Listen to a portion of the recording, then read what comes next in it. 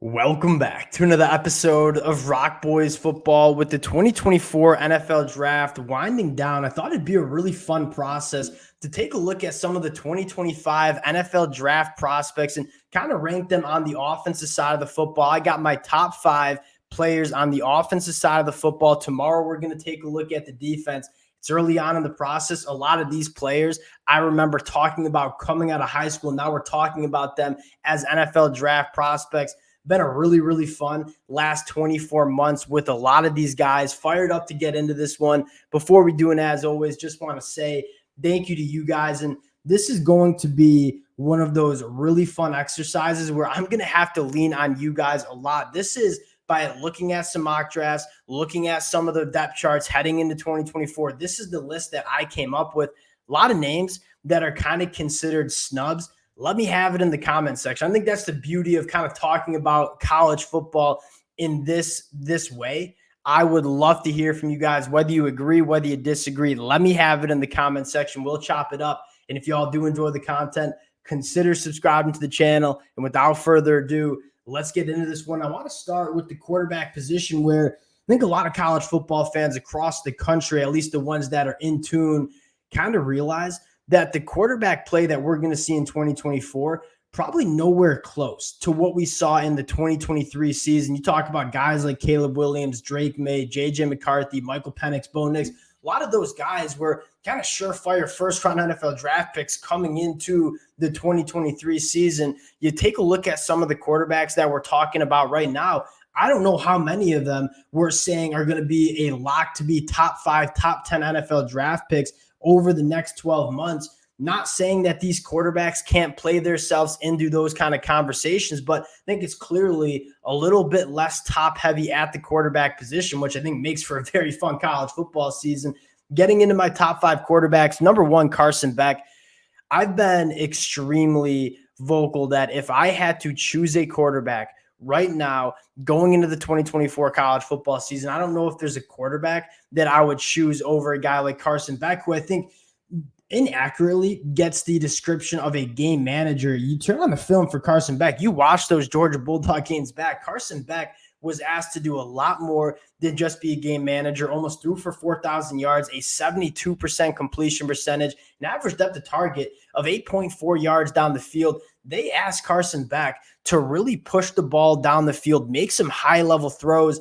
Again, Carson Beck kind of gets that label of just a vanilla quarterback that's operating within this Georgia offense, surrounded by a ton of talent. Carson Beck is an absolute stud at the quarterback spot. And right now, I think I'm going with Carson Beck as my number 1 quarterback. And again, that could change very quickly come the fall. You talk about the number 2 quarterback, Shedeur Sanders, who not great circumstances during that Colorado team in 2023, a guy that had a brutal offensive line in front of him, had to create a lot on his own. And that's kind of the stuff that you really appreciate of Shedeur Sanders, who was asked to do a lot in that Colorado offense. Only threw 3 interceptions. Average depth of target, again, 8.5 yards down the field, pushes the ball down the field, makes those NFL caliber throws. I think with an improved offensive line, obviously a lot of weapons on the outside, Shedeur Sanders could have a massive year for this Colorado program coming up in 2024. And a guy that I really could see vaulting himself up there, Cam Ward, number 3, dripping with arm talent. I've been banging the table that I think it was a really good decision for Cam Ward to come back to college football for one more year, a guy that probably would be a late day 2 pick had he declared for the NFL draft, but there was a lot of polish that you needed to see Cam Ward have if you wanted to take him in that first round. He goes to, in my mind, a perfect scenario where he's got weapons on the outside. He's got a really good offensive line. They just add Damian Martinez in the backfield. A lot of boxes checked for that Miami Hurricanes offense. And Cam Ward's another guy that I think not only can improve his draft stock, but win a lot of football games at a high level for the Miami Hurricanes coming up in 2024.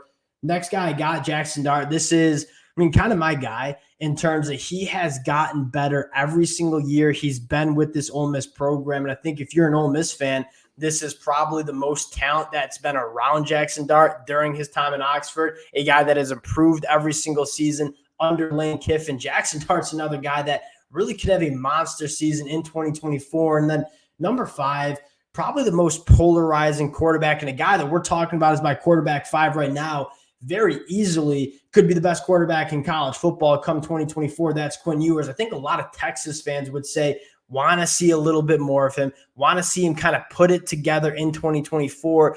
The talking point on Quinn Ewers that I kind of want to hammer home was this was a guy that reclassified, enrolled with Ohio State, transfers to Texas. I mean, he played his redshirt freshman year at Texas, a guy that should have been a true freshman.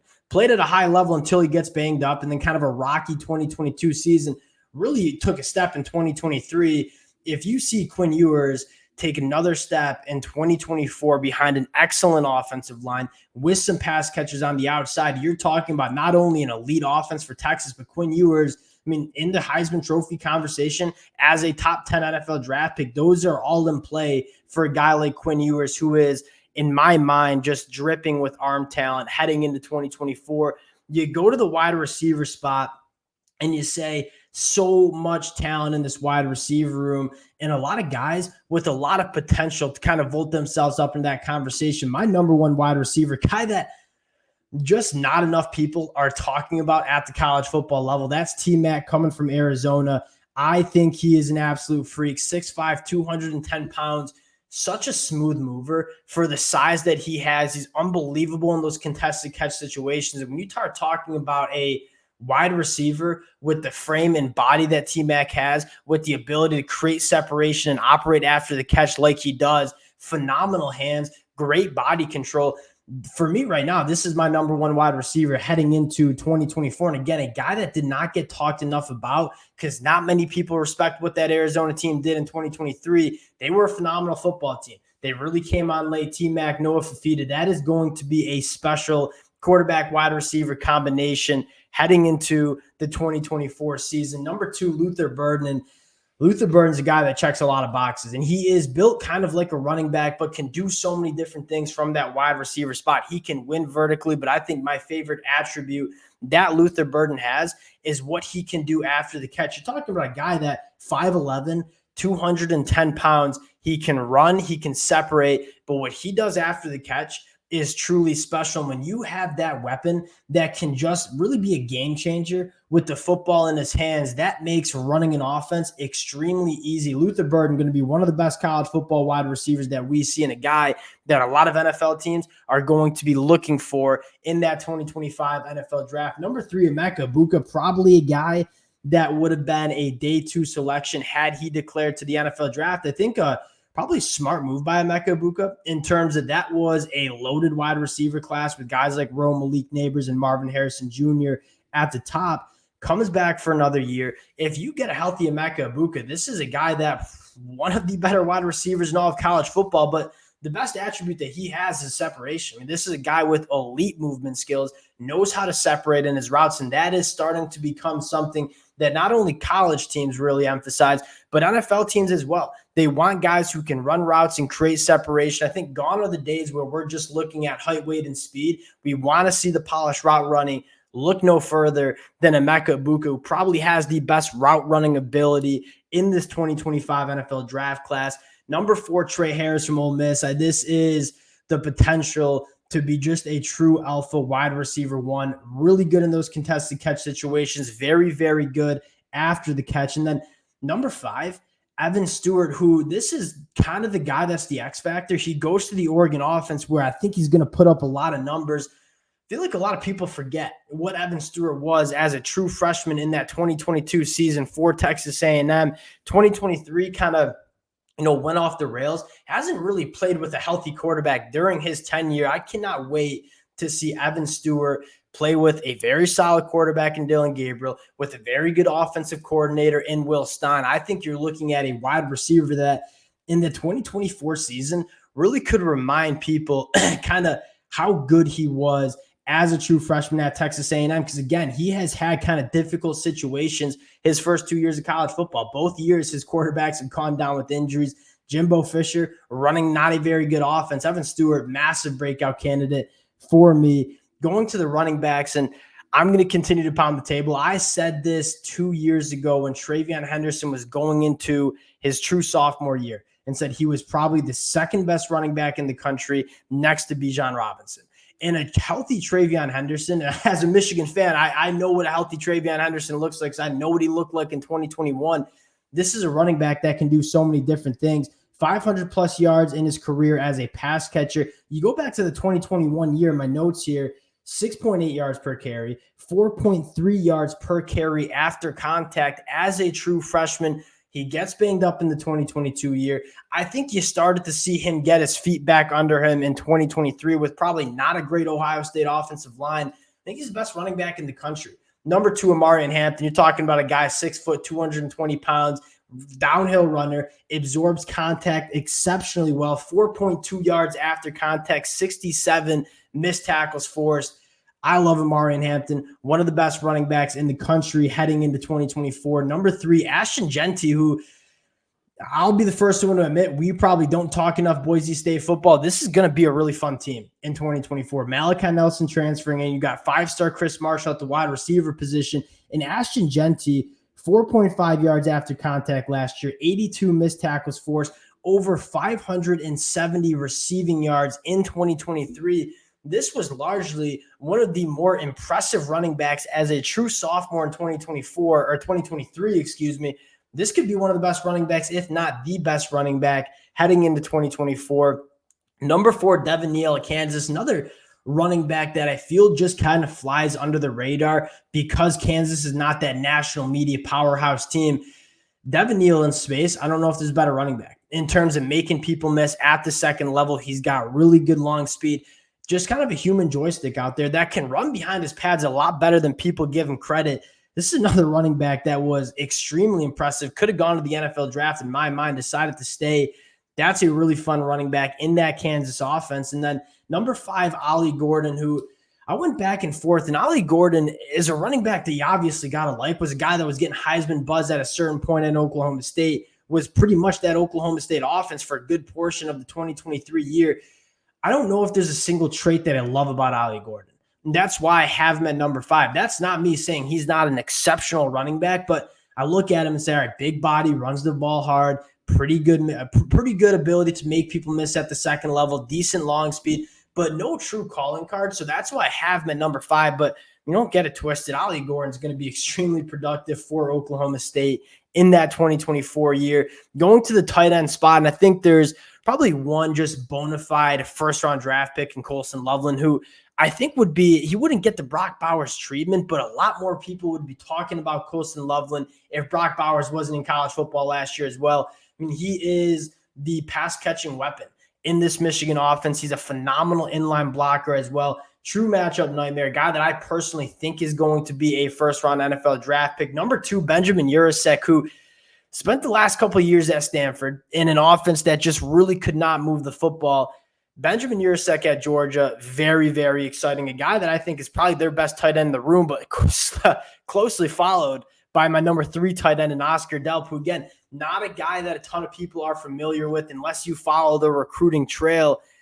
Georgia fans have a lot of people saying, oh, what's Georgia's offense going to look like without Brock Bowers? Georgia's sitting there saying, we got a lot of good tight ends beneath Brock Bowers. Oscar Delp, Benjamin Yurosek, 2 guys that I think really going to show out in 2024.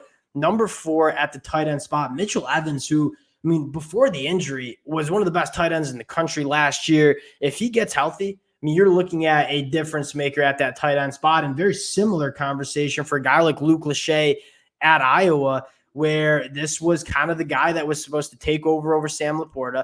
Obviously, that Iowa offense was in the gutter. He gets hurt, and it goes even more in the gutter. And if you get decent quarterback play from this Iowa offense, Luke Lachey is going to have himself a year for the Iowa Hawkeyes. At the offensive tackle spot, I think this is a very, very good offensive tackle class. You first talk about a guy in Will Campbell, who is not necessarily, he's not the Amarius Mims body type where you're taking a look at this kid coming out of high school and saying this kid is a freak, but Will Campbell is a guy that's going to be a 3-year starter at LSU at that left tackle spot, has consistently gotten better. He's a phenomenal athlete for his size, gave up 0 sacks in the SEC last year. And yes, you can shout out Jaden Daniels for the assist on that one. Will Campbell's absolutely nails. My number 5 offensive tackle is his teammate Emory Jones, who plays right tackle. That LSU team's got 2 first-round caliber NFL tackles in my mind heading into 2024. That is massive box checked for them LSU Tigers. Number 2, and this is a little bit of a projection here, right? Kind of me calling my shot. Josh Conley Jr., first-year starter at Oregon last year, traits for days, was a top 10 national prospect, the guy that was trending for Michigan for a long time, ends up going to Oregon. Very, very big frame, athletic frame. Think you kind of wind down and say, God don't make many Josh Conley Jr.'s. The physical traits are absolutely dripping. You saw him have some growing pains early on in that sophomore year for him, but when you saw him put it together, this was a guy that started to play like a dominator on that offensive like a dominator. I'm not sure if that's a word, but Josh Conley Jr. was dominating the competition for the Oregon Ducks towards that 2023 season. The Oregon Ducks, they got 2 offensive tackles too. I mean, we got 4 out of the 5 tackles that I'm talking about are either LSU or Oregon. You talk about a Johnny Cornelius, a guy that transferred from Rhode Island, had a very good season in 2023, a guy that, quite frankly, probably would have been a top 100 pick in the NFL draft had he declared. I'm a massive fan of both Josh Conley Jr. and a Johnny Cornelius. Sandwiched between those 2 guys, Kelvin Banks Jr. from Texas, former 5-star. Another guy that's just a box checker, has played very good football for the Texas Longhorns. A lot of these guys were some of the top prospects coming out of high school. Will Campbell, Josh Conley Jr., and Kelvin Banks Jr. I think those were the 3 top offensive tackles in that 2022 class. They've all played a lot of football. They've all played a lot of football at a high level, and I think all 3 of them are going to take another step in year 3. You could kind of mix up that list. Tell me Kelvin Banks Jr. is number 1, Josh Conley Jr. is number 1. I wouldn't argue with you that much. Going into the inside of that offensive line, Tyler Booker is my number 1 interior offensive lineman. He is everything you want to see from an offensive guard at the college football level. He is a road grader. He's a massive human being. He knows how to move people off the line of scrimmage. Number 2, Clay Webb, former 5-star prospect, committed to Georgia, transferred to Jacksonville State, and played phenomenal football for them in 2023. You saw the 5-star prospect that we all thought we had with Clay Webb for Jacksonville State. That's crazy to think that Georgia squeezed out one of the top interior offensive linemen in the country. And we're going to talk about a few guys from Georgia as well. But, I mean, he is extremely impressive. I think that also tells you a lot about what the Georgia Bulldogs are cooking up on the inside of that offensive line. Number 4, DJ Campbell. This is another top 50 national prospect that we talked about coming out of high school. Ideal frame. He's another little bit of a projection. I thought he played solid football for Texas in that 2023 year. Think he can take a step in 2024. You just look at him on the film and say, that is exactly how I want my offensive guards to look. I am high on DJ Campbell heading into 2024. Jaden Roberts, another Alabama offensive lineman, really nice interior offensive lineman interior offensive line, I should say, for Alabama. If Parker Brailsford gets right at that center spot, Jaden Roberts, just like Tyler Book, is a road grader, and he is extremely powerful off the line of scrimmage, carries that body weight exceptionally well. And then number 5, Dylan Fairchild, who you talk to a lot of the people inside Georgia, not that I'm talking to people inside of Georgia, but from what I'm hearing from the people inside of Georgia, Dylan Fairchild is going to be a guy. You have Tate Ratledge, Dylan Fairchild, Micah Morris, who I think is an absolute stud for Georgia. They're loaded on the inside of the offensive line like they are every year. I went with Dylan Fairchild. You could sub in Tate Ratledge. You could sub in a guy like Micah Morris. A lot of talent on the inside of that Georgia offensive line. That'll do it for my top 5 at each position heading into the 2025 NFL Draft. A lot of guys I left out. Let me have it in the comment section. Appreciate you guys rocking with the fellas again. Would love to hear from y'all in the comment section, and we'll talk to y'all later.